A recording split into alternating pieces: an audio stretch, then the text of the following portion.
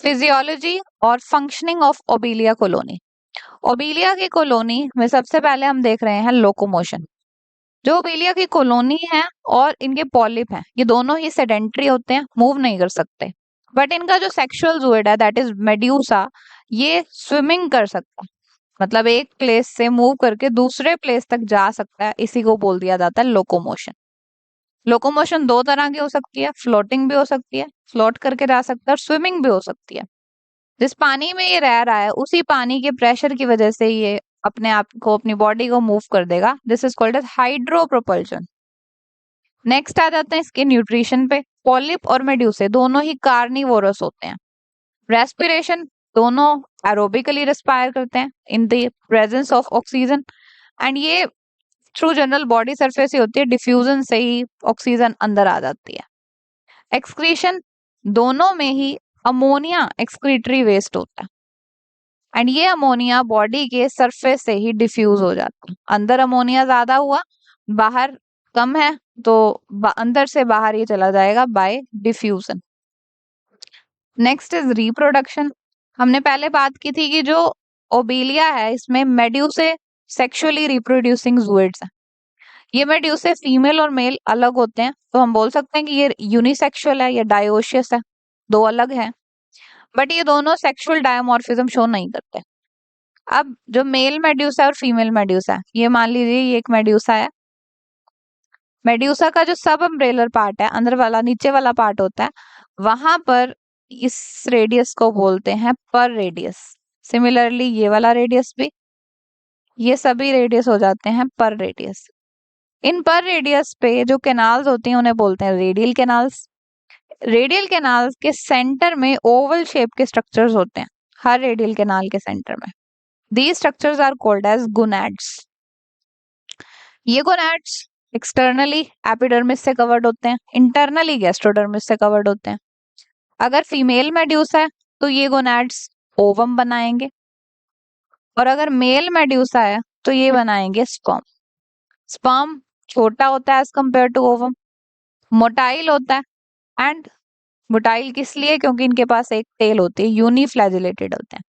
ओवा बड़ा है, स्फेरिकल है, एंड योक से फिल्ड है, काफी सारा योक होता है इसमें। अब स्पर्म और ओवम रिलीज हो गए। मोस्टली ऐसा होगा कि इनकी जो फर्टिलाइजेशन होगी वो बाहर पानी में होगी, there will be external fertilization. Rarely कुछ केसेस में इंटरनल फर्टिलाइजेशन भी होती हैं। अब जैसे ही जो पेरेंट मेड्यूसा हैं, उन्होंने गैमीट ले किया, गैमीट ले करते ही उनकी डेथ हो जाती है। अब ये गैमीट्स पानी में चले गए, पानी में जाने के बाद इनकी फर्टिलाइजेशन हुई। फर्टिलाइजेशन होने के बाद ये एक लार्वा बनाते हैं, उस लार्वा को बोला जाता है planula larva. In such kind of development in which there is formation of larva is called as indirect type of development.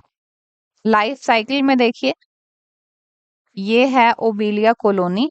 Obelia colony में मेड्यूसेस बने, male and female medusa. Male ने स्पर्म बनाया, female ने ovum बनाया, दोनों ने fertilisation की externally, zygote बन गया।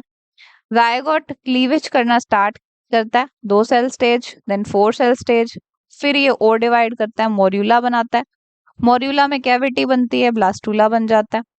फिर ये ब्लास्टूला जब अपने अराउंड एक्टोडर्म और एंडोडर्म की लेयर में डिफरेंशिएट करवा लेता है खुद को, अपने सेल्स को, तब इसे बोल दिया जाता है स्टीरोगैस्ट्रूला। इस गैस्ट्रूला में सीलिया डेवलप होते हैं, ये मूव करता है, तो इसे बोलते हैं प्लेन्यूला लार्वा। फिर ये प्लेन्यूला लार्वा कुछ टाइम बाद स्विमिंग करने के बाद अपने आप को सेटल करता है, तब इसे बोलते हैं हाइड्र्यूला larva.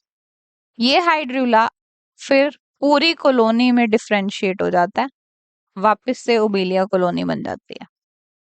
So this is life cycle. दोबारा इससे देख लीजिए, जो जायगोट था, जायगोट एक यूनिसेल्युलर ऑर्गेनिज्म है, यूनिसेल्युलर डिप्लॉयड ऑर्गेनिज्म है। ये पूरा का पूरा इक्वली डिवाइड करेगा, तो इसे बोलेंगे होलोब्लास्टिक क्लीवेज। लेफ्ट या राइट प्लेन, कोई भी एक प्लेन ज्यादा डिवाइड नहीं करेगा, सभी ऑल अराउंड ये इक्वली डिवाइड करेगा, तो होलोब्लास्टिक क्लीवेज बोल दिया आपने। क्लीवेज करने के बाद 2, 4, देन फाइनली मोर्यूला बनेगा 2-4 सेल स्टेज के बाद। फिर उसमें जब कैविटी डेवलप होगी, तब इसे हम ब्लास्टूला बोलेंगे। देन एक्टोडर्म एंडोडर्म आई तो स्टीरोगैस्ट्रूला, सीलिया आ गए तो प्लैन्यूला। प्लैन्यूला एक स्विमिंग करने वाला लार्वा है। स्विमिंग करने के बाद डिस्पर्स होगा, फिर ये एक जगह पर आके अपने आप को सेटल करेगा, तब इसे बोलेंगे हाइड्र्यूला। सेटलमेंट होने के बाद ये फिर ग्रो करेगा और पूरी कॉलोनी बना देगा। Now next is life history. Obelia की कॉलोनी में मेनली 3 स्टेजेस होते हैं।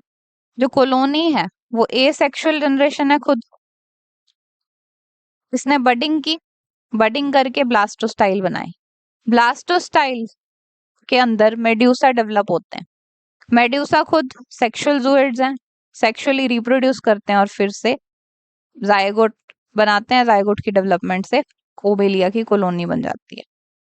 तो ये जो सारा फिनोमिना है जिसमें क्या हो रहा है, एक जनरेशन आई, फिर दूसरी जनरेशन आई, फिर पहली जनरेशन फिर से वापस आई, इस चीज को बोला जाता है ऑल्टरनेशन ऑफ जनरेशन। एक से दूसरी, फिर दूसरी से वही पहली वाली फिर से रिपीट हुई, या फिर इसे मेटाजेनेसिस भी बोल दिया जाता है। Very important phenomena. तो अब देखिए इसमें हो क्या रहा है, there is alternation between sexual and asexual generations. Sexual generation आई, फिर एसेक्सुअल जनरेशन आई, फिर एसेक्सुअल ने जब रिप्रोड्यूस किया फिर से सेक्सुअल आई, फिर सेक्सुअल ने रिप्रोड्यूस किया फिर एसेक्सुअल आई। नेक्स्ट देखिए alternation between haploid and diploid generation. Diploid को स्पोरोफिटिक भी बोला जाता है, हैप्लॉइड को गैमेटोफिटिक भी बोला जाता है। अब देखिए ये जो हमारे पास बना जायगोट, पहले जो मेड्यूसास थे इन्होंने हैप्लॉइड गैमीट्स ले किए, फिर इससे बना zygote which is diploid structure. तो ये हो गया स्पोरोफाइट। स्पोरोफाइट की डेवलपमेंट हुई, ये डेवलपमेंट होने के बाद फिर से यहाँ आने के बाद ये फिर से हैप्लॉइड स्ट्रक्चर बने, तो ये हो गया गैमेटोफाइट। तो स्पोरोफाइट आया, फिर गैमेटोफाइट आया, फिर से उससे स्पोरोफाइट आया, फिर गैमेटोफाइट आया। Then next one is sexual generation must start its development from one cell structure. अब ये जो सेक्सुअल जनरेशन थी, मतलब जो मेड्यूसेस थे इन्होंने हैप्लॉइड गैमीट्स ले किए, इन्होंने फिर जब फर्टिलाइज किया तो सिंगल सेल का ही स्ट्रक्चर बनाया। तो स्टार्टिंग जो हुई सिंगल सेल के स्ट्रक्चर से हुई। Now next is metagenesis is another term use for alternation of generation.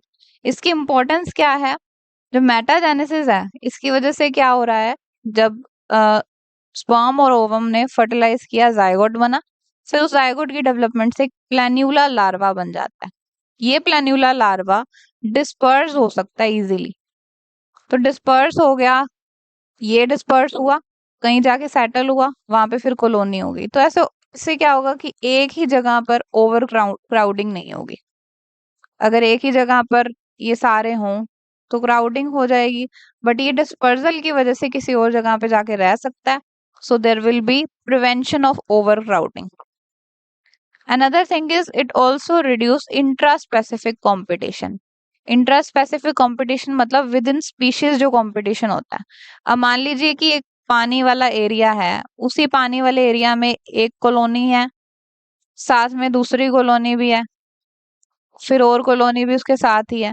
तो इसमें प्रॉब्लम होगी कि इसी एरिया के सारे न्यूट्रिशन को इन सबको यूज करना है। बट अगर इसका अपोजिट होगा कि एक कॉलोनी इधर है, दूसरी कॉलोनी काफी दूर जाके है, तो इनके पास जो चीजें चाहिए उनकी कमी नहीं होगी। So there will be reduction of intra specific competition.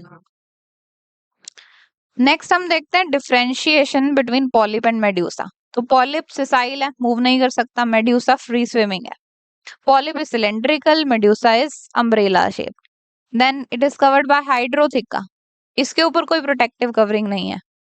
इसमें वीलम नहीं होती, क्रेस्पेडोन नहीं होता, इसमें वीलम होती है। गोनैड्स नहीं होते पॉलिप में, इसमें गोनैड्स होते हैं। It is asexual, is asexually reproducing zooid, और ये सेक्सुअली रिप्रोड्यूस करता है। सेंस ऑर्गन इसमें एब्सेंट होते हैं, इसमें स्टेटोसिस्ट प्रेजेंट होता है। Nervous system is made of 2 nerve nets only, यहाँ पर नर्व नेट्स के साथ नर्व रिंग्स भी आती हैं। फिर सिमिलैरिटी देखते हैं, दोनों में ही रेडियल सिमेट्री पाई जाती है, दोनों डिप्लोब्लास्टिक है, सिलेंट्रोन प्रेजेंट है दोनों में, दोनों कार्निवोरस हैं, mouth occur in both, anus is absent in both, incomplete type of alimentary canal बोल लीजिए, या फिर ब्लाइंड सैक प्लान बोल लेते हैं।